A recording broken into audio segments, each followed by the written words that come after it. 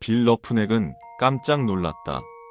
어젯밤 자신의 침대에서 잠든 것이 분명하게 기억나는데 일어나 보니 전혀 엉뚱한 곳에 자신이 누워 있었던 것이다. 손에는 죄수들이 찰 법한 쇠고랑이 메어져 있었다. 어리둥절하게 일어나 주위를 살펴보고는 빌은 이곳이 자신이 한 번도 와본 적 없는 곳이라고 단정지었다. 어두운 회색빛 콘크리트로 지어진 벽이 삼면을 막는 작은 방이었다. 방에는 변기와 터무니없이 얇은 매트리스가 얹어진 작은 쇠침대만 있었다. 손바닥 두 짝을 붙여놓은 듯한 크기의 작은 창문에는 쇠창살까지 달려 있었다. 나가는 문은 두꺼운 쇠문이었는데 아래는 작은 구멍과 그 여다지가 보였다. 빌은 자연스럽게 이곳을 감옥이라고 생각했다. 빌은 쇠문을 두드리며 사람들을 불렀다. 두드린 지 한참이 지나 흰옷을 입은 사람 하나가 다가왔다. 이봐요. 왜 내가 여기 있는 거요? 흰옷을 입은 사람은 그를 빤히 쳐다보았다. 얇은 반무태 안경을 쓴 그는 날카로운 인상을 지니고 있었다. 왜 내가 여기 있는 거냐니까. 그 사람은 빌을 뚫어지게 쳐다보다가 한마디 내뱉었다. 빌은 귓구멍을 후볐다. 상대의 말을 잘못 들었다고 생각했다. 뭐라고? 전혀 알아들을 수 없었다. 마치 4~5살의 어린 아이들이 간혹 횡성수설 짓거리는 그런 비슷한 말 같았다. 혹은 아기들의 옹알이라고나 할까. 귀로 듣는다고 이해할 수 있는 말이 아니었다. 꼬마들의 장난같이 웅얼웅얼대는 괴상한 소리였다. 빌이 전혀 들어본 적 없는 괴상한 중얼거림이었다. 그리고 그 이상한 소리를 중얼거린 사람은 그 소리를 끝으로 빌의 방 앞을 지나쳐갔다. 이봐! 기다려! 빌은 낙담해서 계속해서 철문을 두드렸다. 그러나 대답은 앞이 아니라 옆에서 왔다. 보아하니 새로 들어온 모양이군. 묵직하게 울리는 목소리가 침대 옆에 있는 벽 쪽에서 들려오자 빌은 번개같이 달려와 벽에 귀를 가져다 댔다. 혼자가 아니란 것에 묘하게 안도가 된 빌은 다시 말했다. 당신은 누구지? 나처럼 갇혀 있는 건가? 대답은 즉시 왔다. 그렇지 않으면 당신과 이처럼 대화할 일도 없겠지. 빌은 상대의 말이 끝나자마자 곧바로 이어지듯 빠르게 물었다. 우리가 왜 이 감옥에 갇힌 거지? 난 잘못을 저지른 적 없어. 평범하게 살고 있었다고. 벽 너머에서의 대답은 금방 왔다. 이봐, 친구. 나 또한 잘못을 한 적이 없다네. 적어도 내가 알기로는. 그럼 대체 이곳은 어디고 왜 우리를 가두고 있는 거냔 말이야. 빌은 딱딱한 침대 위에서 계속 물어왔다. 친구, 당신 이름은 뭐지? 상대는 급할 것 없다는 어조로 느긋이 물어왔다. 빌 러프네. 빌은 마음이 초조해지는 것을 느끼고 손톱을 물어뜯었다. 좋아, 빌. 잘 듣는 게 좋을 거야. 우선 나도 많은 걸 아는 건 아냐. 왜 우리를 가두고 있는지 나도 잘 몰라. 나 또한 어느 날과 다를 것 없이 생활하던 어느 날 정신을 차려보니 이곳이었으니까. 다만 분명한 건 아까 대화해 보았을 테지. 그놈들과? 빌은 금방 생각해냈다. 그래, 흰옷을 입은 사람들 말이지. 그래, 그 흰옷을 입은 친구들이 하는 말을 들어보았겠지만 전혀 우리와 의사소통이 되질 않아. 이상한 헛소리만 치꺼려 댄다고. 그리고 우리가 말하는 것도 그 친구들은 이해하지 못해. 다행인 건 그 놈들이 적어도 우리에게 해를 끼치지는 않는다는 거야. 이 방에 가둬두고 있지만 적어도 아침, 점심, 저녁 식사는 꼬박꼬박 가져다 주지. 뭐 그렇다고 메뉴가 마음에 드는 건 아니지만 말이야. 상대는 이런 곳에서도 침착한 아이러니한 여유가 담긴 목소리로 말하고 있었다. 이곳 따위는 궁금하지 않아. 난 나가야 돼. 옆방에서는 잠시 침묵이 있었지만 아주 잠깐이었다. 이봐, 친구. 아니, 빌이라고 했나? 빌, 잘 들어도 난 이곳에서 벌써 근 2년 남짓을 보냈어. 내 오른쪽 방에 너가 있고 왼쪽 방엔 또 다른 녀석이 있어. 이름은 케플러라고 하지. 어쨌든 나가려는 기대는 접는 게 좋아. 케플러는 나보다 훨씬 더 긴 시간을 이곳에서 보냈다는군. 그런데 그의 말에 의하면 적어도 감옥에서 나가는 사람은 본 적이 없다는 거야. 빌은 멍해졌다. 꾹 억눌러져 있던 좌절과 원망이 생각 전체를 가득 메웠다. 더 이상 입을 여는 것을 포기하고는 차가운 매트리스 위에 누웠다. 옆방의 남자 또한 그의 심정을 이해하는 것처럼 더 이상 말이 없었다. 그의 다른 곳에서의 생활은 그렇게 시작되었다. 옆방 남자의 이름은 제임스 헤더웨이라고 했다. 갇혀있는 상황이기 때문에 서로 대화만 할 수 있고 아무것도 볼 수 없었지만 그는 건장한 흑인이라고 했고 그에 어울리는 목소리를 가지고 있었다. 빌은 이 감옥에서 유일한 유흥거리는 대화뿐이라는 걸 금방 깨달았다.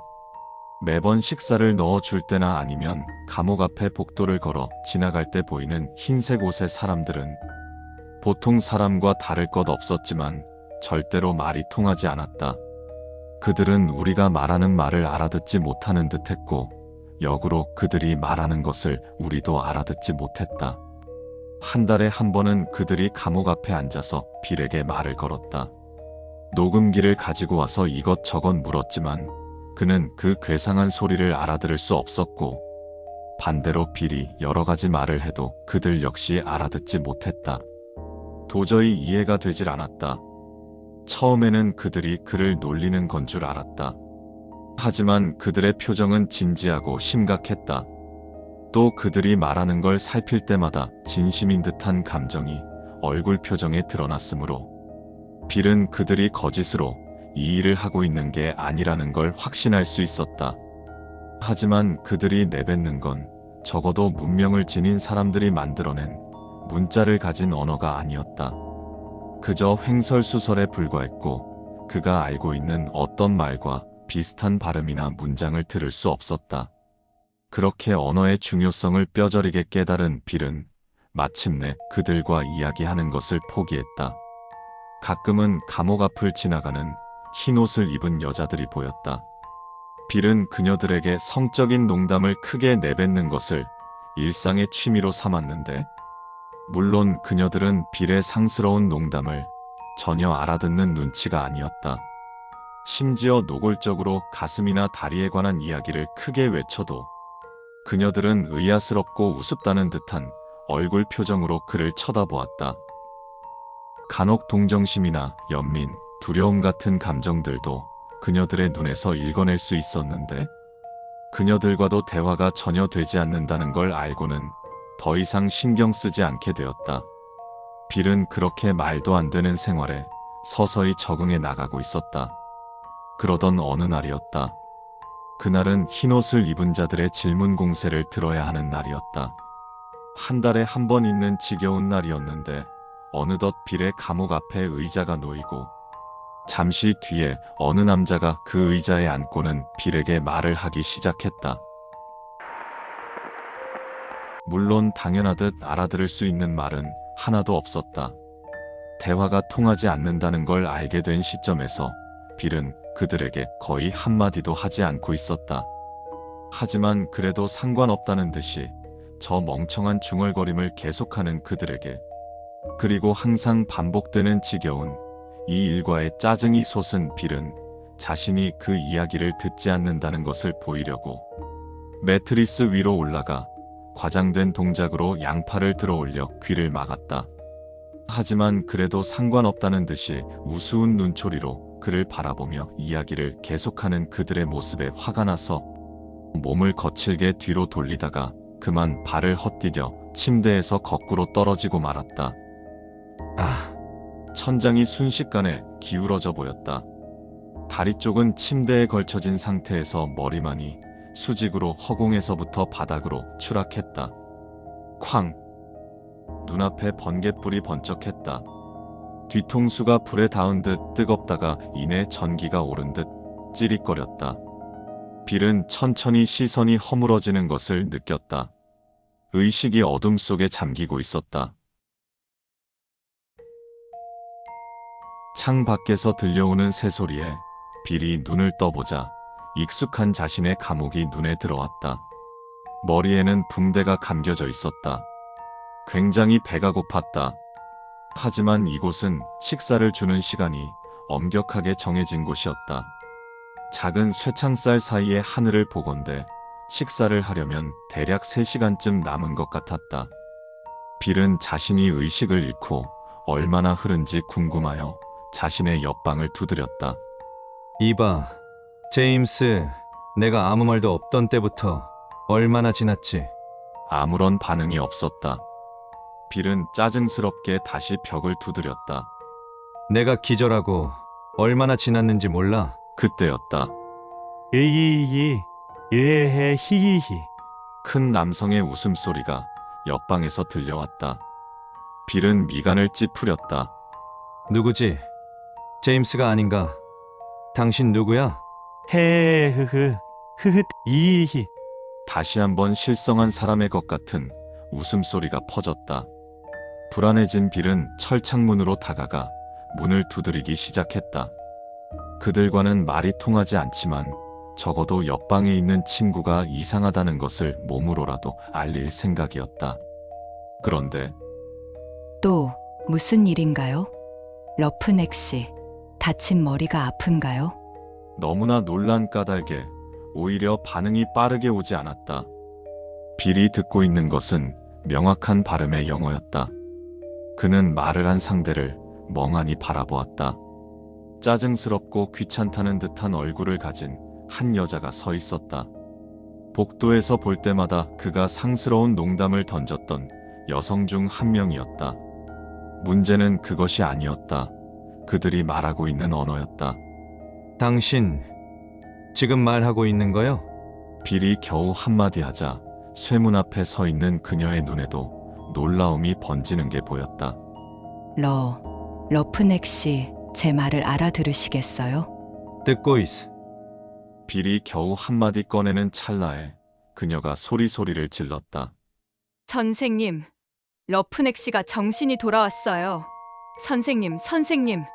그 말에 멀리서부터 허겁지겁 뛰어오는 발소리와 함께 빌이 전에 본 적 있던 안경을 쓴 날카로운 눈매의 중년 남성이 문 앞으로 달려왔다. 뭐라고? 러프넥 씨가 완치되었다는 말인가?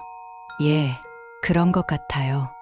중년 남성은 창살 안으로 보이는 빌에게 말을 걸었다. 러프넥 씨, 내 말이 들립니까? 이해할 수 있습니까? 빌은 어리둥절하게 대답했다.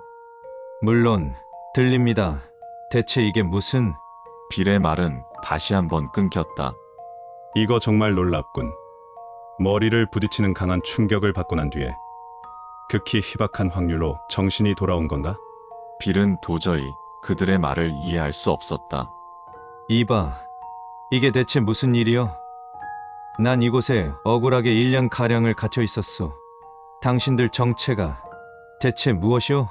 그러자 갑자기 앞에 있던 남녀의 얼굴이 심각해졌다. 침착한 손놀림으로 안경을 벗어 다리를 접고 위도 주머니로 집어넣은 중년 남자는 천천히 말을 이었다. 러프넥 씨, 지금은 이해하기 힘들겠지만 당신은 가족들의 입원 동의서로 인해 이 병원에서 치료를 받게 된 거요.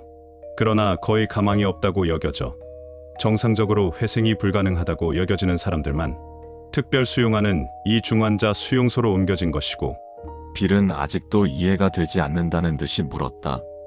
내 몸은 멀쩡하오. 얼마 전 다친 이 머리만을 제외하고는. 대체 이곳이 무슨 병원이오? 중년의 의사는 품 안에서 작은 스크린이 있는 기기를 꺼냈다. 당신의 눈으로 보는 것이 빠를 것이오. 빌은 충격에 휩싸였다. 작은 기기의 화면에는 도저히 정상인으로 볼 수 없는 자신이 찍혀 있었다. 우이, 헤헤 커커? 미친 사람이라고밖에는 볼 수 없는 소리와 몸짓들. 하지만 스크린 내에서 보이는 사람은 분명히 그였다.